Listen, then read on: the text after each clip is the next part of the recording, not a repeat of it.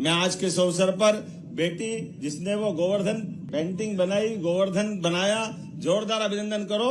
उसको 11,000 रुपया अपनी व्यवस्था से भी जोरदार अभिनंदन करो। 5,000 तो नगद मिले ही मिले। अपने यहाँ से कलेक्टर नोट करना, 11,000 रुपया बेटी को अपनी एक तरह से प्रोत्साहन तो देना चाहिए। ऐसा कितना बढ़िया पहाड़ बनाया और पहाड़ के ऊपर गोवर्धन नाथ जी, ऐसे लग रहा है कि जैसे कोई अभी अपने से बात ही करेंगे। भगवान का आशीर्वाद है, साक्षात परमात्मा को प्रकट कर दिया ऐसा लगता है। लेकिन आज बदलते दौर में सारे वर्गीकृत रूप से गौ माता को रख रहे हैं कि जो बच्चे हैं वो अलग रहने वाले हैं, जो बीमार है वो अलग रहने वाली है।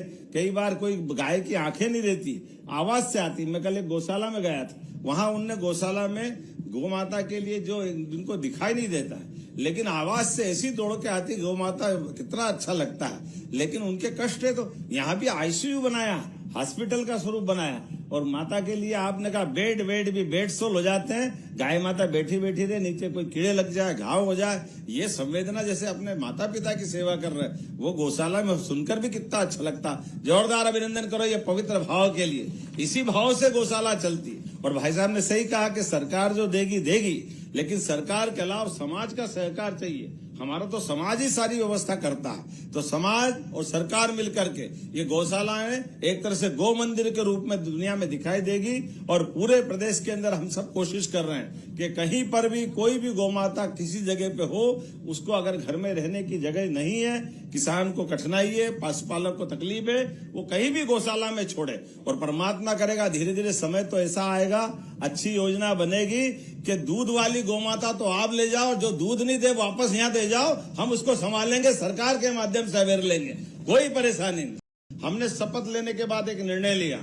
वो निर्णय ये लिया कि पहले नगर निगम खिड़क रखती थी, जिसको पिंजरा पोल भी कहते थे। और पिंजरा पोल का मतलब कहीं इधर उधर कहीं आवारा पशु मिले और आवारा पशु को बंद कर दो, और वो जब तक छुड़ाने नहीं आए तब तक वो अपने यहाँ बंद रहता था। छुड़ाने वाले को पैसे देकर ले जाना पड़ता था और कई बार इसमें संकट भी होता था। धीरे धीरे वो अपने जैसे खेत कम होते गए, बाहर छोड़ दिया। गौ माता आवारा घूम रही है, कोई प्लास्टिक खा रही है, कोई गंदा खा रही है, क्या क्या होता बताने की जरूरत नहीं। लेकिन हमने तय कर दिया ये पिंजरा पोल शब्द ही सरकार के माध्यम से गायब कर दो। कोई पिंजरा पोल नहीं चलाएगा नगर निगम, सब गौशाला चलाएंगे पूरे प्रदेश के अंदर। जोरदार अभिनंदन करो अपने इस पवित्र संकल्प के लिए। और बड़े बड़े शहर जो सबसे ज्यादा प्रभावित थे, जितने बड़े नगर निगम अपने उज्जैन, इंदौर, भोपाल, ग्वालियर, जबलपुर, हमने सब दूर सारे पिंजरा पोल से बड़ी गौशाला का संकल्प कराया। और बड़ी गौशाला का परिणाम ये दूसरे ही साल है, लेकिन दूसरे साल में 600 गौमाता से 2500 यहाँ हो गई। और कितना अच्छा आनंद आ रहा है कि अभी आते ही दूध पिला करके स्वागत कराया। जोरदार अभिनंदन करो। इतना गौमाता का मधुर दूध था, मजा आ गया। जो गाय का दूध का रोज आनंद लेता है, गौ माता के घी का जो आनंद लेता है, वो कई सारी बीमारियां भी समाप्त करता है। और अपने जीवन में ऐसे कई सारे चीजों से, रोगों से लड़ने के लिए गौ माता का कवच हमारा जीवन सुरक्षित करता है। मध्य प्रदेश, जहां गौ सेवा केवल परंपरा नहीं बल्कि नीति भी है, जहां गायों को पूजा जाता है, जहां गाय आस्था और समृद्धि का आधार है, जहां प्रदेश सरकार गौ सेवा, गौ संवर्धन और पशुपालन को प्रोत्साहित करने के लिए संकल्पित है, जहां गौ सेवा से गांवों का आर्थिक सशक्तिकरण हो रहा है। प्रदेश में पशुपालकों की आय बढ़ाने, गांवों को आत्मनिर्भर बनाने, दुग्ध उत्पादन को बढ़ावा देने और गौ संरक्षण के लिए कई योजनाएं संचालित हैं। गौ सेवा का प्रण, गांवों के आर्थिक सशक्तिकरण का संकल्प। प्रदेश में पशुपालन को प्रोत्साहित करने के लिए डॉक्टर भीमराव अंबेडकर कामधेनु योजना संचालित है, जिसमें 25 दुधारू पशुओं की इकाई स्थापित की जा सकती है।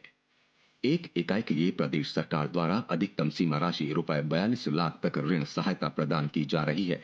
प्रदेश में दुग्ध उत्पादकों को ₹5 प्रति लीटर बोनस दिया जा रहा है। गौशालाओं को मिलने वाला अनुदान प्रति गाय ₹20 से बढ़ाकर ₹40 किया गया है। दुग्ध उत्पादक किसानों की आय में वृद्धि के उद्देश्य से माननीय प्रधानमंत्री श्री नरेंद्र मोदी जी द्वारा 11 अक्टूबर को इंदौर में दुग्ध पाउडर संयंत्र का शुभारंभ भी किया गया।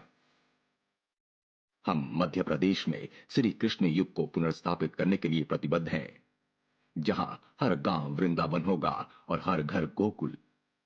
आज गोवर्धन पूजा के पावन पर्व पर जगत जननी गौ माता को नमन एवं समस्त प्रदेशवासियों को हार्दिक शुभकामनाएं। गौ सेवा से खुलेगा ग्राम समृद्धि का द्वार।